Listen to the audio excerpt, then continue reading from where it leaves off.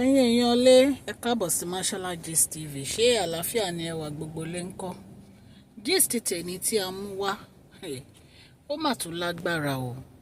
Àfi kí Ọlọ́run Elédùmarè kó máa fi ìṣọ́ ẹ̀ṣọ́ wa ní Nàìjíríà yìí o.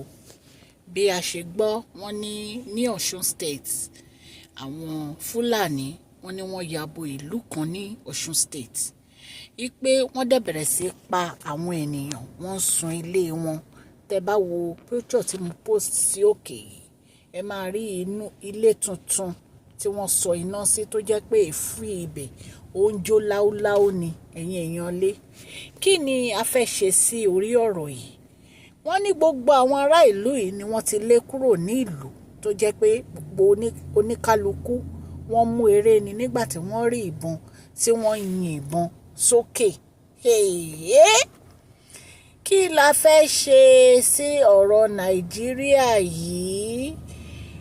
Gọ́vnà Adeleke ẹ máa gbà wá, ẹ máa dìde sọ̀rọ̀ wa ní Nàìjíríà tó Ọ̀ṣun State náà ní ọ̀rọ̀ yìí ti ṣẹlẹ̀.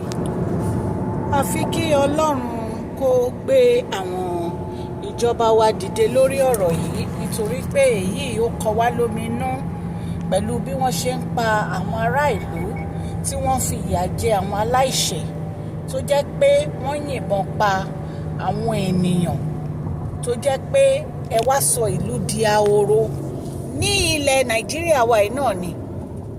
Ilẹ̀ Nàìjíríà wa yìí náà la ti ń rí gbogbo nǹkan tó ń ṣẹlẹ̀ yìí. Recently la gbọ́ wípé wọ́n pa èèyàn gan 5 ní Àkúrẹ́.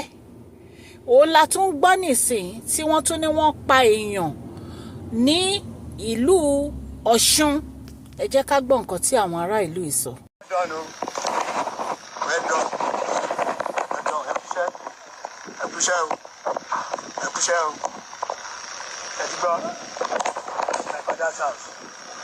Ìjó lálálá ẹ̀wò náà lórí complex tuntun